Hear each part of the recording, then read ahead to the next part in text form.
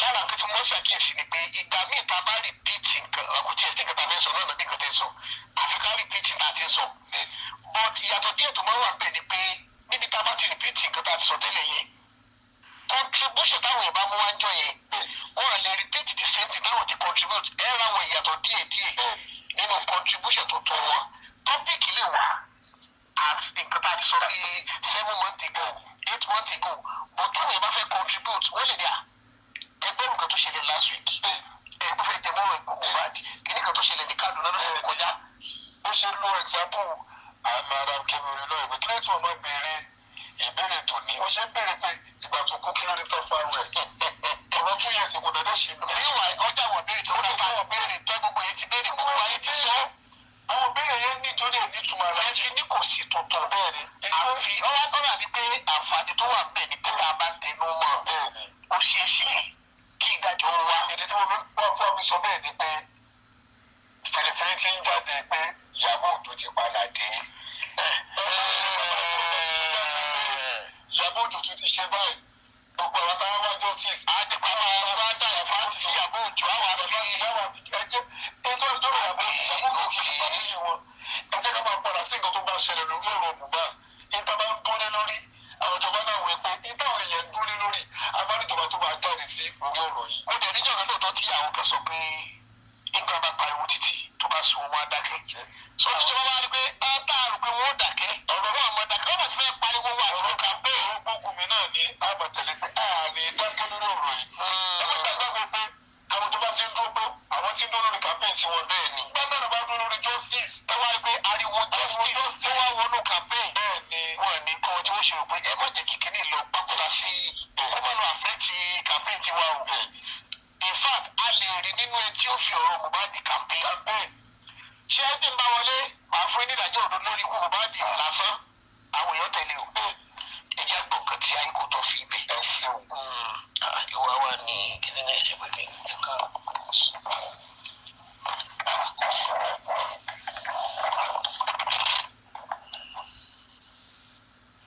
dúpẹ́ fún àmọ̀ràn tẹ fún mi lánàá ẹ ṣe mo dúpẹ́ mọ́ lórí àgbọ̀n onítọ́ lórílẹ̀.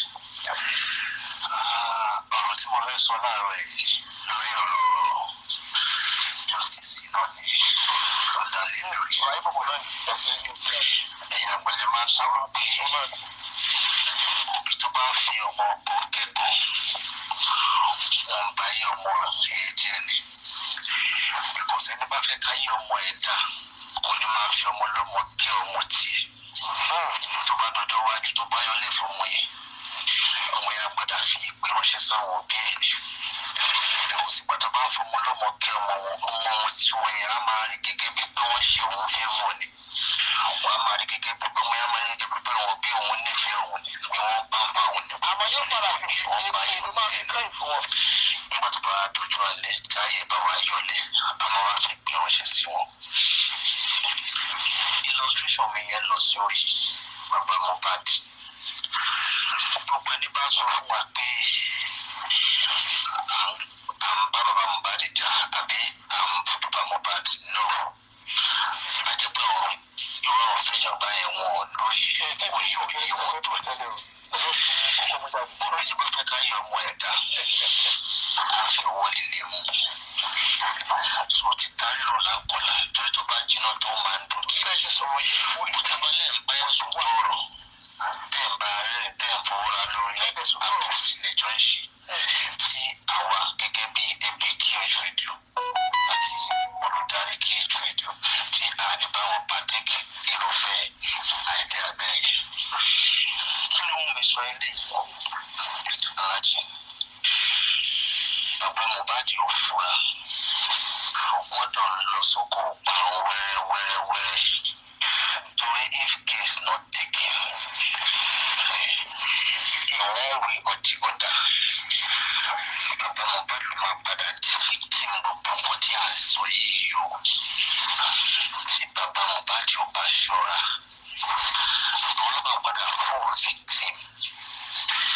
alájí mo ti sọ́rí nínú program wa kan parish priest tí ó bá ṣe pé wọ́n wá plant sínú láìfọ bàbá Mohbad ni èyí ní ewu láti gbà tọrọ yìí Justice Mohbad tó ń ṣe bẹ̀rẹ̀ tó ti ń gbóná gidigidi tọrọ díẹ̀ nínú ń gbóná ta ni ẹni náà ní Nàìjíríà yìí tó sọ̀rọ̀ ṣàkàṣàkà sí Elégùṣì tí Elégùṣì ò fọlọ́pàá gbé kí la rí fásitì kí ló sọ Elégùṣì fi lọ sọ sẹ́wọ̀n bí oṣù méjì àti oṣù márùn-ún kí ni ìbẹ̀rẹ̀ ṣe kí ni ìbẹ̀rẹ̀ sọ Elégùṣì fi gbé tó sọ wọn náà sẹ́wọ̀n bí oṣù mẹ́ta àbí márùn-ún náà ni. Àyàmí Yínká ní Àbújá kí ló ṣe àbí kí ló sọ tí Elégùṣì fi gbé òun náà lẹ́kìsì wà bẹ́ẹ̀ bẹ́ẹ̀ ẹ wá wo disgrace ọmọ bọ́tà gbangba ẹ wá dúró ìpè tó gbé Elégùṣì ṣe lórí ọ̀rọ̀ ní lórí ọ̀rọ̀ díẹ̀ ní ǹjẹ́ Elégùṣì fọwọ́ kan rárá kò fọwọ́ kan náà bàbá Mohbad jókòó wọn lóye gbé kíní yìí kò yẹ kó rí bó ṣe rí mo pílásífọ́ọ̀mù kọ́ọ̀fì tó ṣe lánàá ṣe nígbà míì kò sí bá ṣe lè yá ká tó ẹ̀mí rere inú wa yẹn ó lè má tó ti ìka tó wà ní but a ṣì máa kọ́ṣẹ́ sọ a ṣì máa jọjú wa bí this thing is not right. àdúgbò àmà fẹ́ wájú yìí ṣe rí ọ̀rọ̀ prime boy tí wọ́n include mọ́ lẹ́tà yẹn kò dùn mọ́ stress inú rárá o àti ara kọ́ọ̀fì kò dùn mọ́ kọ́ọ̀fì inú rárá àti ara because òun náà fi wọ́n tó bá jẹ́ pọ̀ mọ́ òun náà lọ ṣe bẹ́ẹ̀ fún now tí prime bàbá wa take necessary step tó sùn bàbá Mohbad kò ń ṣe lọ́yà ló máa lọ jókòó sọ̀rọ̀ kánà náà máa fọwọ́ bá máa rojọ́ o kò ń ṣe rí ìsàdọ̀dẹ́ kò sí inú kíní kánà náà lẹ́jọ́ tó máa rojọ́ o bàbá Mohbad ló máa lọ tí wọn ò bá wá padà rí ẹ̀rí àrídájú pé nǹkan báyìí mo fi forúkọ wọ ìsàmì tí mo fi gba orúkọ yìí jẹ aláàjì ẹjọ́ sọ bàtà fún Mohbad bẹ́ẹ̀ ṣé a máa wá justice fún Mohbad lọ́tọ̀ àti àwọn àbàtò ṣe máa fi bàbá Mohbad kan náà kí ìsọba kọ́ra wọn sí lọ́tọ̀ yìí káwọn náà jókòó kí wọ́n rò dáadáa bàbá Mohbad jáde ó ní ọgbọ̀n nǹkan sí lọ́yà àwọn ìṣe wọ́n tẹ́ àwọn lọ́rùn láàrin ní àti ẹ̀yà alájí àti gbogbo ara ilé ṣé nǹkan ti ṣàṣìtúnṣe ṣọ́nà tó tọ́ ló ń gbà yìí ṣọ́nà tó tọ́ ló ń gbà yìí. Bàbá Mohbad jáde bí i 3 weeks or a month ago ó sọ̀rọ̀ pé nǹkan tí lọ́ọ̀yà ṣe ló jẹ́ dáadáa lójú àwọn ìwé ìkéko wọn kò petition wọn ìpínlẹ̀ orúkọ prime boys ṣé tí pàmò bá wá sọ pé bàbá Mohbad ló ṣe àtọ́kùn bó ṣe kọ orúkọ wọn síbẹ̀ ṣé a máa lọ sí sọ ni because bàbá Mohbad ti jáde ó ti ní orúkọ tí lọ́ọ̀yà àwọn ṣe ó tẹ̀ wọ́n lọ́rọ̀ that means pé wọ́n mọ̀ bá bó ṣe kọ orúkọ ẹ̀ sí nìyẹn no definitely wọ́n máa mọ̀ yẹn rẹ̀ so gbogbo àwọn lọ́ọ̀yà rẹ̀ lórí ìgbà tí wọ́n bá lọ́rọ̀ bàbá Mohbad sọ tọ̀rọ̀ lásìkò yẹn bá tó nobody will follow him to whatever he is going to. Wọ́n á fèsì music yẹn wọ́n á tẹ̀dá jù sí ni. Nítorí ẹ̀ la ṣe ń sọ sí. We all love this man. We all like him. But a fẹ́ kó ṣiṣẹ́. A ti fẹ́ kó parun. Ṣé Grace àti Ṣàṣìtú Ìyábọ̀ Òjó Bóyá Alájà spending àti Wùmí Aláàjì they are working hand to hand. Wọ́n fẹ́ subject bàbá Mohbad sọ́wọ́ Wùmí ni láwọn Aláàjì. Ṣé nígbà tí Wùmí sọ bàbá Mohbad sí kóòtù àbábọ̀ kóòtù ni ǹjẹ́ bàbá Mohbad jáde wá kó wá narrate ẹ̀ fún gbogbo public tí wọ́n ṣùgbọ́n wọn. Àgbọ̀n kankan ti kí ló láti wá sọ pé wọ́n ti yà wá ní bọ́ọ̀sì pé wọ́n ti yọ kí ní fídíò kúrò nù àwọn tí wọ́n bá wọn sá eré ìje láti lẹ̀ wọ́n ti yọ kúrò bẹ́ẹ̀ àtàwọn kankan bẹ́ẹ̀. Ṣé àwọn tó tún kù tí wọ́n ń bá túbọ̀ tí wọ́n ṣé kò yẹ kí bàbá jáde tí bó ṣe máa ń ṣe live on TikTok ṣé kò yẹ kó wá fún gbogbo wọn ní sí àbábọ̀ ẹni tí ẹjọ́ tí wọ́n mi gbé wọn sọ fún anybody. Silence at times mean consent. Ṣé ìyẹn ò fi hàn wá pé gbogbo nǹkan tí wọ́n bá bọ̀ ọkọ tì yẹn kò bá wọn lára mu? So kí ni wọ́n á ń jàjà pé ìgbà yìí táwọn ń bára wa jà bàbá ìfara ẹ̀ ti compose gbogbo nǹkan tó ń ṣẹlẹ̀. Wọn kò mọ bó ṣe máa jáde wá táwa fún wa ní pé ẹ̀yin public o ẹ má dára yín láàmú mọ́ o ẹ máa lọ rí tẹ̀sítọ́ o ṣe justice for Mohbad mọ́ o because body language wọn ó ti speak. So Alhaji bàbá yìí èmi tó ń lọ bọ́lé ni o because kò sí bá ṣe máa bóyá já ká ní ìpínlẹ̀ kòkó tá a fi sí. Bẹ́ẹ̀ni. Tábàlà wà justice for Mohbad kò sí bá máa ṣe máa dámọ̀ lórí pé justice for Mohbad náà wà tí kò ní involve bàbá ẹ̀ because bàbá ọmọ ni kò sí bá máa pé à ń sáré sí justice for Mohbad tí in one way or the other tí Mohbad náà ní máa appear nínú ẹ̀ so a lè gbá bàbá ìṣẹ́gbẹ̀ ráúráú pé a fẹ́ ṣe justice for ọmọ ẹ̀ bàbá àdìgbò máa pàtẹ́kì ó lè máa wà front line but a lè fa orí lẹ́yìn olórí. Now tọ́bálá tó bá gba normal route ṣé bàbá ìbọn fúnra rẹ̀ ò ti kó ṣẹ̀kẹ̀ṣẹ̀kẹ̀ síra wọn lẹ́sẹ̀ àtọwọ́ níbi àìkíyèsára àwọn irúfẹ́ ẹni tí wọ́n gbà mọ́ra. Gbogbo wọn ti mọ̀ wípé bàbá Mohbad nǹkan méjì ni wọn mọ bó ṣe ń kóra wọn níjànú nípa ọ̀rọ̀ obìnrin wọn mọ bó ṣe ń kóra wọn níjànú nípa ọ̀rọ̀ olówódé. These two things ni wọ́n ṣe ń wọlé sábà Mohbad lára and I can see it with my full chest as I'm speaking. Nínú 100% gbogbo àwọn tí wọ́n rálẹ̀ àgbàdo Mohbad lè ṣe pé àwọn ń bá wọn fight justice. Alhaji just 20% òun ni wọ́n wà wholeheartedly ni wọ́n wà lóyà pé we are seeking for justice. Usually the rest 80% they were sent to Mohbad to bring him down. As friend. Now ẹ wo nǹkan tí Sajitu àti Jimba ẹ wo ọ̀rọ̀ tí wọ́n fà sí bàbá yìí lẹ́sẹ̀. Now bàbá lè rí o ó sọ fún wọn pé mistake lélẹ́yìí o but being a lawyer sent from somewhere to come and bring him down, being Rich Grace sent from somewhere or join some groups to come and bring Josie Aloba down, they will advise him wrongly. Nítorí ẹni Rich Grace ṣe jáde ipò òun lálàá òun rí báyìí àti Mohbad báyìí ẹ̀ máa wọ̀rí o ṣáà lọ jẹjọ́ ẹjọ́ wo ló fẹ́ jẹ máa wọ̀rí ìdí náà di bad and wrong advice tó fún Mr. Aloba ló padà wá síta wá sọ yìí because ìgbà míì wrong advice bad advice ó máa ń dùn létí ju pé yóò fi hàn ní good advice because good advice will always come hot but bad advice ó dùn lẹ́nu mọ̀wé mọ́rọ́ yìí.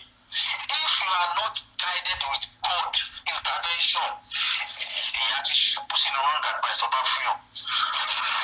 Now ẹ jọ ẹ ti ká tó fi àsìkò yìí ká tó fi rọ bàbá Mohbad. We don't hate you. Ẹ bá ń drag gbogbo platform tó wọ́n hate yín. I quote it. QH Radio family and platform. We did not hate you. But we cannot sit back and fold our arms, seeing you going astray. Kamale, ṣèyí ń gẹ́rẹ́ pàkọ́. Gbogbo bẹ́ẹ̀ pàkọ́ tá à ń sin yín nígbà yẹn. Tí àwọn tẹ̀ kójú orí wa gẹ́gẹ́ bí aláìda. The same bẹ́ẹ̀ pàkọ́ yẹn náà ni wọ́n náà tún wá ń sin yín ní ìsinyìí o. Nítorí pé mo listen sí show kan fi tó ṣe mo rí analysis táwọn èèyàn ń give out lórí show yẹn tí wọ́n sọ fún yín pé ẹ ti finá sórí òrìlè sùn ẹ ti gba àwọn external stranger láàyè àwọn tẹ̀lé wọn ti mú ìmọ̀ràn tí wọ́n fún ẹ ní wrong advice. which this is what we have been saying from the onset. Táwọn people yìí ló wà láláì dá. Now the same correction táwọn ṣe ń gbà ẹ̀ náà tó máa ń bá yín ṣe ń sìn o. Bàbá Mohbad tó bá délé tán àwọn padà ti gbé díẹ̀ tán lábẹ́ nìkan ló máa dá. ìgbẹ́ta wọn ló ṣe àmọ̀ràn mi fún yín kò jù bẹ́ẹ̀ lọ. Tẹ bá mọ̀ wípé lóòótọ́ mistake ni orúkọ prime boy tẹ fi sínú lẹ́tà yẹn. ẹ lọ ṣàtúnṣe. ẹ jáde public ìkẹ́kọ̀ọ́ máa ń mú jọ máa ń tàdí sẹ́yìn oúnjẹ táwọn èèyàn máa ń lé ní pé èyí gbọ́ngbọ́n lámọ̀kùn ṣe ká. Tí nǹkan bá ṣẹlẹ̀ nínú káàpù yìí tẹ́ ẹ wá sí because ẹ ti yà wá pọ̀ sí. Ọ̀gá ìgbà wá stand fún ní ẹ̀sìn. Ẹ ti jẹ́ kárí ọ gẹ́gẹ́ bí pé a sì pẹ̀lú yín mọ́. Because a ti bá yín sọ̀tọ̀ ọ̀rọ̀ ẹ ti jà kúrò lọ́dọ̀ wa. But that doesn't mean pé a máa kúrò lórí ìlànà justice ọ̀gá bá wà ṣe. But a lè fa orí lẹ́yìn olórí òun ni tèmi sọ yìí o. Ẹ bá mọ̀ pé ẹ̀rọ ni nǹkan tí wọ́n ṣe. Tó dẹ̀ wọ́n sí ní bí ẹ̀rọ ni. Kò sí nǹkan tó stop. Ẹ̀rọ tí ẹ gbé jáde ẹ wá apologize fún ọmọ yìí àti fún gbogbo àgbáyé. Ẹ̀rọ ni bí náà ẹ̀rọ ni o. Bẹ́ẹ̀ ṣèlérí pé láìpẹ́ láìjù correction yẹn wá ṣe wá dẹ̀ fi orúkọ ẹni tó yẹ kó wà bẹ́ẹ̀ wá fàṣà wá dẹ̀ tó padà tà. Wá dẹ̀ máa yọ gbogbo àgbáyé.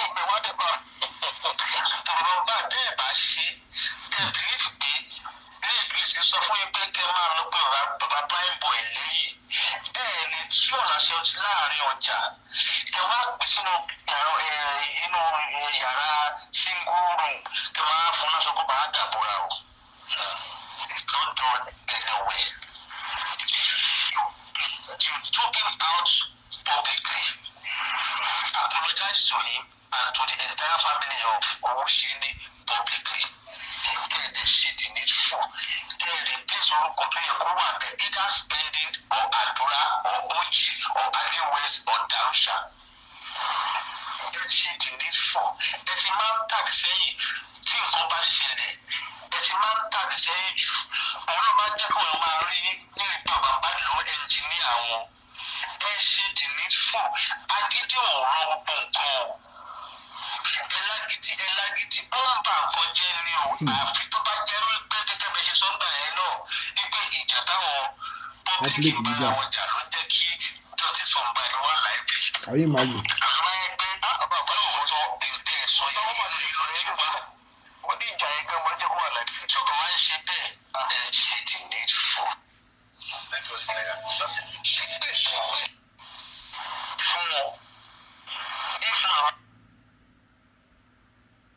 ọtẹ mọ̀ pé wọ́n ti kópa rere àti lórí justice for Mohbad yìí táwọn kan ti fi ọ̀rọ̀ ẹnu àti ṣe tó ti fi tarnish image wọn ẹ jáde ẹ speak wholeheartedly fún wọn if na our bad tí wàhálà ẹ̀ bá dé ọ̀rọ̀ máa tó lọ mọ̀ ń wẹ̀ ẹ́ lọ́ fi ṣe fún yín o tí wàhálà ẹ̀ bá dé you will be the one to dance to the music. Hey, yourself.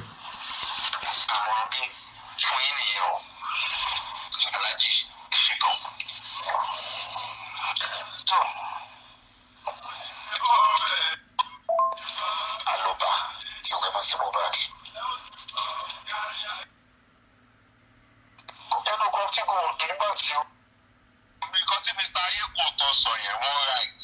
Ẹ̀ṣẹ̀ kan tí Ayégbẹ̀gbẹ̀ náà sọ wọ́n right. Ẹ̀ṣẹ̀ o. Èmi kàn fẹ́ ní clarification kan tí mi fẹ́ ṣe láàrin bẹ́ẹ̀.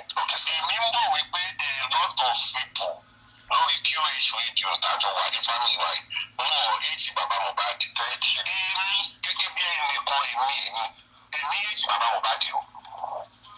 Èmi mò ń sọ̀rọ̀ àtẹ̀mí ni o. Èmi nìkan.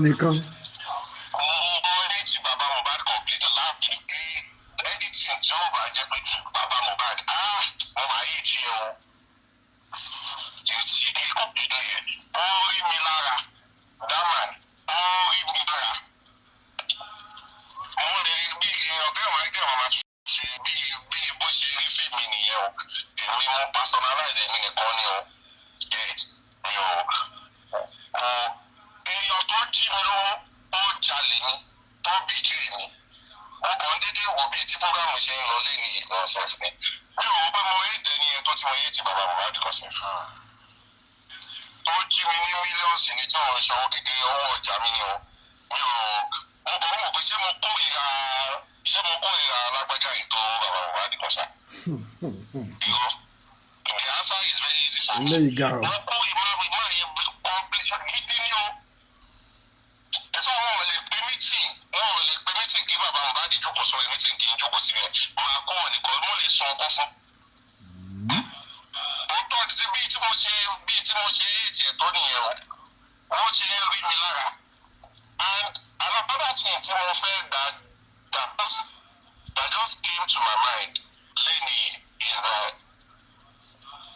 ṣé èmi kan ti wọ̀ pé bóyá a ṣe mistake tẹ́lẹ̀ bọ́ at the end of the day mo tún wọ̀ pé kò ń ṣe bá a ṣe mistake so to speak bẹ́ẹ̀ náà because téèyàn máa ń ṣe nǹkan aláàlọ́ba tó mú ọ̀la bẹ́ẹ̀ni àmọ́ ọlọ́ọ̀bí àti mímọ́ ìjókòó ìtìmọ́ ẹ̀rẹ́ aláàdì tí ń bá jókòó pẹ̀lú yín àbí àti ayé gbẹ̀ngbẹ̀ tá a bá jọ jókòó tá a jọ ń pílánì kiri kan akọ̀lẹ̀ pílánì ní àmọ́ ọdún máa ṣẹlẹ̀ gbọ̀ngàn.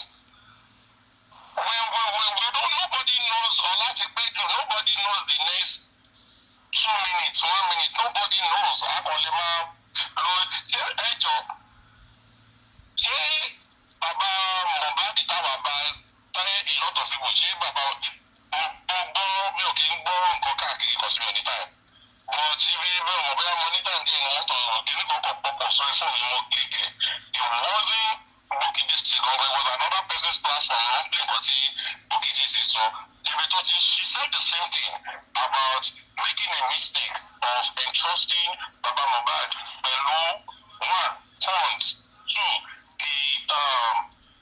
the pé àwọn ni wọ́n bá lọ́ọ̀yà díò mi ò láàkì tí bíi tí Bukky Jesse ṣe máa ń ṣe pé ẹgbẹ́ ti pọ̀ jù fún èmi but mo láàkì tó ṣe fún Sani lọ́ọ̀yà lọ́yẹ mo láàkì èyí tó fún lọ́ọ̀yà yẹn mo láàkì ìyẹn tẹ́mi lọ́rùn ẹ̀rọ but kò ń ṣe pé yàn ṣe mistake ṣé àwọn ọ̀pọ̀lọpọ̀ ìbò kúrò ní bàbá Mohbad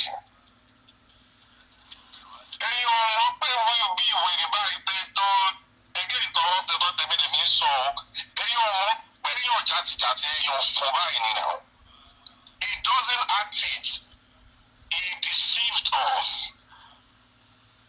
I don't care bóyá it is possible to jẹ́ wípé another thing to be fair enough because kò sí pé mo di mí ní personally èmi àti òjò ní business àjọ dòwò pọ̀ àjọ ní ìkọ̀kọ̀ tí máa fi mí ní personally gbogbo tí mo yé tẹ̀ yìí kò ju nípa justice for Mohbad lọ mi ò mọ yálà yẹ ni. But àwọn ọba tó ń wù ó ti jẹ́ kó lùdù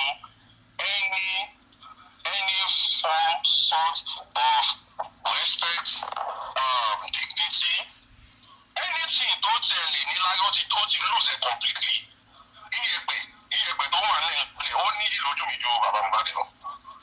Name anything. Ó dàbí máa yẹn dàbí ìgbé.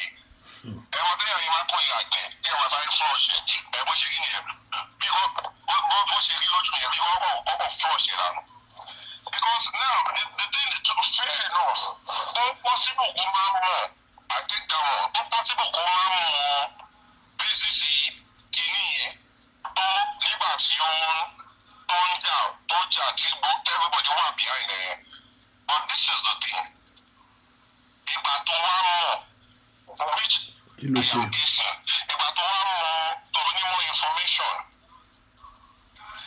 there are a lot of good things that man can do there are a lot of good things he can do tó bá wọ̀ wípé ó máa affect ọmọ ẹ̀ because tó bá yá àwọn èèyàn kan máa ní ká fi ṣírò ara mo ti fi ṣírò ara mi anybody bá sọ fún mi pé kì í fi ṣírò ara mi mọ́ mo ti fi ṣírò ara mi kí tó bẹ̀rẹ̀ sí ní sọ̀rọ̀ kọ́sẹ̀ nítorí ẹ̀ fi ṣírò ara yẹn no mo fi ṣírò ara mi confam gidi kọ́sẹ̀ tí ò ṣe kékeré tó bá ìgbà tó wá mọ̀ there are a lot of things you can do even tó bá mọ̀ èmi ò sọ fún èmi I'm not saying pé tó bá pẹ́ àdúrà wà involve ó mọ̀ mi ò sọ pé kò lọ pa ọmọ yẹn that's not what I'm saying but there are a lot of things you can do tó bá jẹ́yàn tó lóòótọ́ tó ní dignity. Téèyàn bá ti wọ́n wà fúnra rẹ̀ lọ́wọ́ máa ń wọ́n pé òun ò ní dignity. Tó bá jẹ́ pé èèyàn tó lóòótọ́ ni there are ways you dey appreciate nǹkan tí public tí wọ́n fún ẹ the support all the support tí public fún ẹ there are ways you can come to the public. Another thing tí mi ò rò pẹ̀lú nǹkan tí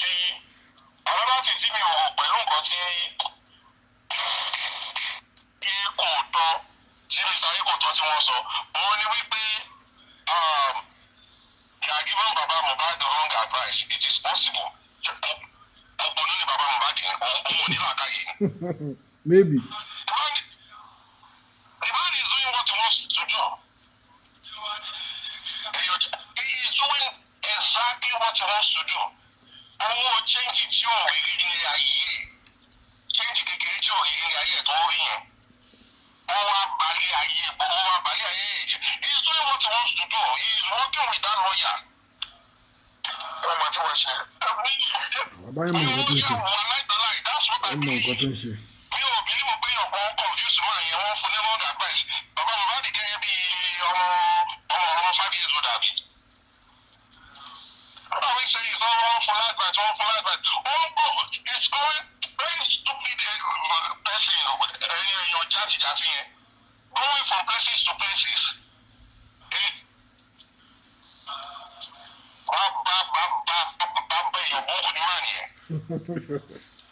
If you see you are going wrong and people are correcting you, then you're going to if it doesn't correct you, but àwọn yẹn gbọ́ngàn lọ fẹ́ fún mi. Àwọn tó ń correct yẹn gbọ́ngàn lọ fẹ́ fún mi. What are we saying? Ó máa wá síbí kan, àwọn tó bá ti sọ̀rọ̀ báwí, á sá lọ. Tell me where Baba Mohbad has ever sit down tí ò gbowó. Ní mánu olórí burúkú jáde dà sí yẹn. Tell me ibo ló jókòó sí rí tí ò gbowó. Ó jókòó sọ́dọ̀ wa tó wá di pé àti correct ẹ̀ pé aláàjì mo ti ṣe nǹkan rí tó jẹ́ pé wọ́n correct mi pé kíní kan. Then I like take to correction. I think Sherry, that leads me to into the eight man yẹn mọ́. Sherry èèyàn tó bá ṣe nǹkan tí wọ́n bá correct ẹ̀ tó bá wá take to correction tó bá wá adjust níbi bẹ́ẹ̀ ó súnmọ́ kẹfẹ́ nìyẹn ní chance wípé òun náà ṣe kíní yẹn. Ọ̀dẹ̀yàn tí ó bá ṣe nǹkan tí ò dá tó wá correct ẹ̀ tó wá ń bá wọn jà tó wá sá lọ how do you know pé kò wọ́n ṣe kíní yẹn from the get-go from the beginning gọ́sẹ̀. So it's not anything no then this program that happened I couldn't get in but thank God Mrs. Logarin and she said my mind. Wọ́n ṣe wípé àwọn politician wípé kò sọ agbára nínú kinní yẹn èmi náà rò pé kò sọ àwọn agbára wà ń bẹ ọtí tí kò bá sọ agbára ń bẹ àbúrò burúkú ni Baba Mohbad fúnra rẹ̀ ni. Baba Mohbad kọ́ máa wà lẹ́wọ̀n fúnra rẹ̀ náà. This is my own opinion wípé kò sọ agbára bẹ́ẹ̀ pé àwọn wípé ìgbà táwọn fámìlì ò ṣe dáadáa ní ìjọba ò ṣe dáadáa irú ìjọba burúkú játijàti wọn nìyẹn. So tí mo ṣe wà yìí sí ìmọ̀ mi kì í pa àmì wọ́n máa fi mí lẹ̀ ìjọba máa fi mí lẹ̀. Kò possible rẹ̀. Síìsì tó jẹ́ pé mi ni mo bí ẹgbẹ́ tó bá máa para wa lọ́gbà yẹn náà. Síìsì tó jẹ́ pé fámìlì lè ṣe ní ti tó bá wọn yàn fún fámìlì. Ọwọ́ tó wà ń bẹ̀ ni. Ọwọ́ ni. This is my ọwọ́ tó bá jọ ọwọ́ tó wà ń bẹ̀ do they need to wait anything? Do they need to wait for Baba Mohbad? Tó máa ń ṣe àwọn ìjọba olórí burúkú yẹn ṣé ó jẹ́ kí is it until tí Baba Mohbad bá fi owó kọ èèyàn ṣé kò jẹ́ kí ìjọba yẹn gbọ́ pé Baba Mohbad kọ sẹ̀ fúnra ìjọba yẹn pé tó yẹ lọ fi owó kọ Prime Boy sínú kìíní yẹn ṣé kò jẹ́ kí ìjọba gbé kọ sẹ̀ fúnra ìjọba nígbà tí èèyàn játijàti ní ẹ̀kọ́ wọn lọ jìyà ìyá tó sí ìyá tó sí màá yẹn gidi. Ìjọba jẹ́ kó lọ ṣiṣẹ́ wọn kó lọ kó àwọn tó wà nínú ilé. It does not have to do nothing with the family.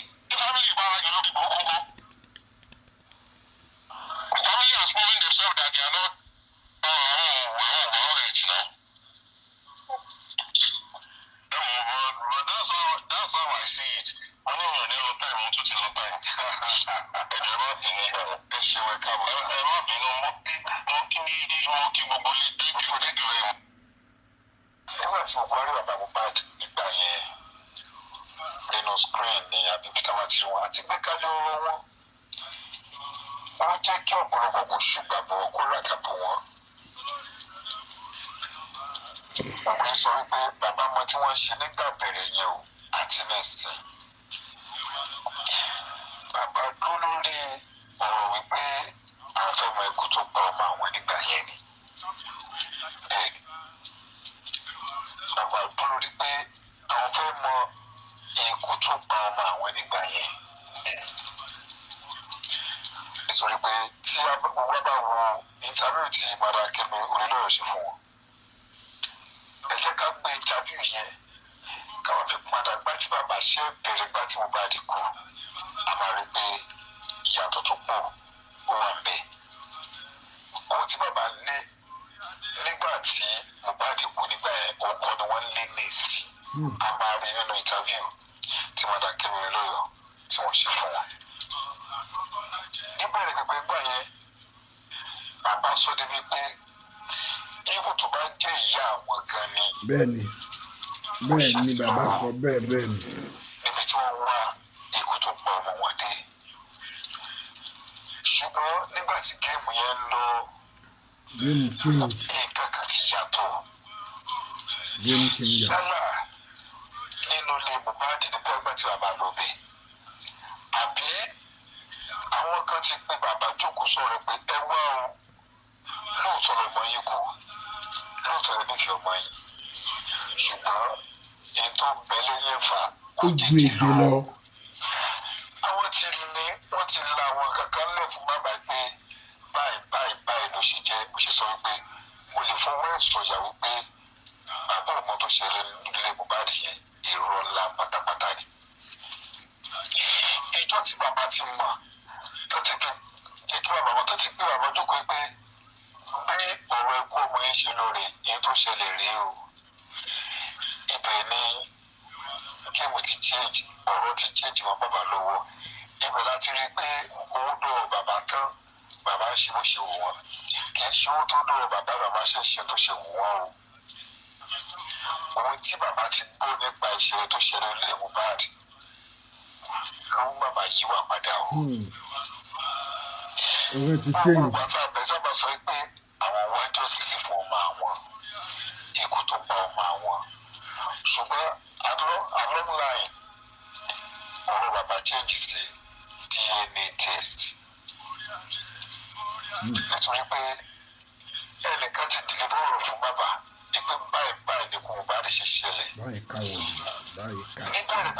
wò di. bàbá ò wá selective justice ẹ̀ tó bá tẹ̀lé nígbà tí Mohbad kú.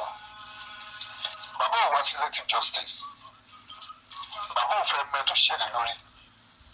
bàbá yẹn sọ pé ibò tó bá jẹ́ màmá àwọn náà ni. ṣùgbọ́n nígbà tí ọ̀rọ̀ yẹn lọ wọ́n ti tí bọ̀rọ̀ lẹ́ fún bàbá àti pé bó ṣe lọ rèé. ọ̀rọ̀ yẹn ọ̀rọ̀ kò wá inú ilé ó máa affect bàbá Mohbad. ó ní kí bàbá ṣe change pé DNA test làwọn fẹ́ bàbá ń tẹnu mọ́. àwọn ló ṣe DNA test. bàbá ti mọ̀ pé táwọn bá dó lórí DNA ní táwọn bá ń sọ̀rọ̀ pọ̀lọpọ̀ àbáwọn tẹ̀lé wọn àdé parọ́ ọ̀pọ̀lọpọ̀ ló support bàbá Mohbad pé DNA ọ̀rọ̀ DNA yẹn ní everybody fà títí ọdún kan fún lórí ọ̀rọ̀ justice Mohbad dábàá gbàgbé lórí ọ̀rọ̀ DNA test òfin jáde ó fi wà jáde pé lọ́ọ̀yà sọ pé kò ní ṣe lónìí ọ̀bẹ́ ni kò ní ṣe lọ́la lórí ọ̀rọ̀ DNA test náà ni tó lóun ti mọ̀ pé bàbá ti ní wicked point òwe lọ́wọ́ yẹn lórí ọ̀rọ̀ DNA kábàbà gbàgbé kí bàbá dẹ̀ sọ wípé ìjọ tó bá ti ṣe DNA làwọn máa sọ ikú tó pa ọmọ àwọn. so ìbẹ̀rẹ̀ tí wàá rí pé bàbá ti wà lórí ọwọ́ selective justice. ìpè tó bá ti ṣe DNA DNA torí bàbá mọ̀ wípé ọmọ tí wọ́n mi gbé dání Mohbad kọ́ ló bí látàrí pé Mohbad ti ṣàlàyé àwọn ọ̀pọ̀lọpọ̀ fún bàbá ẹ̀. Ọ̀rọ̀ yẹn ni bàbá dìmú pé ọmọ àwọn kan ló ní ọmọ. Sọ̀rọ̀ bọ̀ wọ́n jẹ́ pé ọmọ àwọn kan ló ní ọmọ tí rìsọ̀ ti bá jáde wọ́n mọ̀ pé òun yóò sínú game property Mohbad wọn. So èyí tó wá sọ fún bàbá nípa ìṣẹ̀lẹ̀ tó ṣẹlẹ̀ òun dàbà á ṣe face bóyá owó ni àmì bákan àìbáwọn àṣìṣe.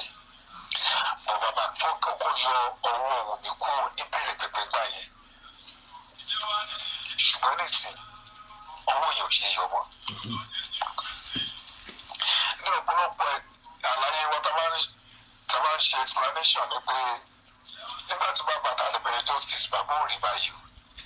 Wọ́n ti bàbá ń ṣe báyìí. Bàbá ò rí báyìí.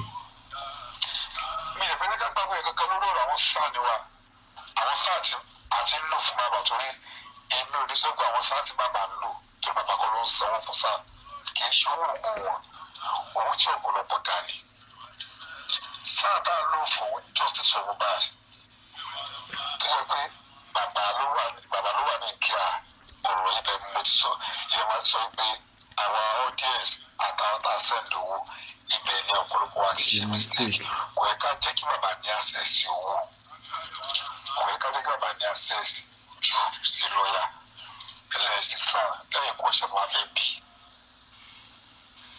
Bàbá rí ẹwọ́n first lawyer tó lọ ẹwọ́n tí bàbá ṣètò náà máa rí pé ohun tí wọ́n sọ fún bàbá Mohbad gbà yẹn tí donation wọn fi change látòrí justice for Mohbad sí DNA. Àwọn yẹn ni tí bàbá ń narrate tọ́jú ńlá lẹ́ fún sáà torí mo mọ̀ kí bàbá tẹ́lẹ̀ ọ̀rọ̀ òun Yorùbá tó sọ pé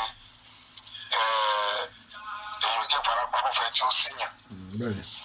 So bàbá nígbà tí ó kúrò fáwọn sáà yẹn pé ẹ wá o bó ṣe ń lọ rèé láfi rí pé bàbá ló ń control sáà tó tọ́jú pé àwa la control sáà bàbá ló ń control sáà ẹ̀rẹ̀ mọ̀ situation Nàìjíríà bó ṣe rí. So ìfà bí mú bàbá Mohbad sọ wípé àwọn wá àpè pẹ̀lú nǹkan tí sáà àwọn ń ṣe wọ́n á sọ bẹ́ẹ̀ torí pé èyí tí àwọn fẹ́ jẹ́ kí sáà ní ṣe ní sáà ní ṣe o. Kì í ṣe pé wọ́n wà pé iṣẹ́ tí sáà ní ṣe o àwọn àbí èyí tí wọ́n fẹ́ jẹ́ kí sáà ní ṣe ló ń ṣe because wọ́n ẹ̀ máa expect pé sáà ní lè ṣe nǹkan táwọn fẹ́. So ibẹ̀ ló ṣe sọ pé àwọn wá àbí pẹ̀lú sáà táwọn lò yẹ sáà ṣètò. Pẹ̀lú jẹ́ tó ń ṣe. Gbogbo ojú tó ń wò mí mi ń fẹ́ dá yín lágara so ẹ bá mi share fídíò yìí kẹ́dẹ̀ bá mi subscribe sí Ẹlẹ́yẹlé Global TV kí lẹ̀yin rí sí kí lè rọkàn yín ẹ bá mi fi ìrọkàn yín hàn lábẹ́ comment section ẹ jọ̀ọ́ ẹ bá mi share fídíò yìí ẹ̀yin tó yẹ pé ìgbà àkọ́kọ́ lè léyìí tẹ́ come across page yìí ẹ bá mi subscribe sí Ẹlẹ́yẹlé Global TV gbogbo ẹ̀yin tẹ́ subscribe mo dúpẹ́ lọ́wọ́ yín iná nìtàn wọ̀ yín àbòdìntolókun àbòdìntolọ́sà gbogbo ẹ̀yin tẹ́ ń share tẹ́ ń subscribe tẹ́ ń comment tẹ́ ń like mo dúpẹ́ lọ́wọ́ yín ọwọ́ tẹ́ fi ń tẹ like tẹ́ fi ń share tẹ́ fi ń comment yẹn ẹ ò ní fi gbọ́mọ sí lágbára Èdùmàrè ẹ tún bọ̀ bá mi share kẹ́ bá mi comment kẹ́ bá mi subscribe sí Ẹlẹ́yẹlé Global TV mo tún padà bọ̀ ire o.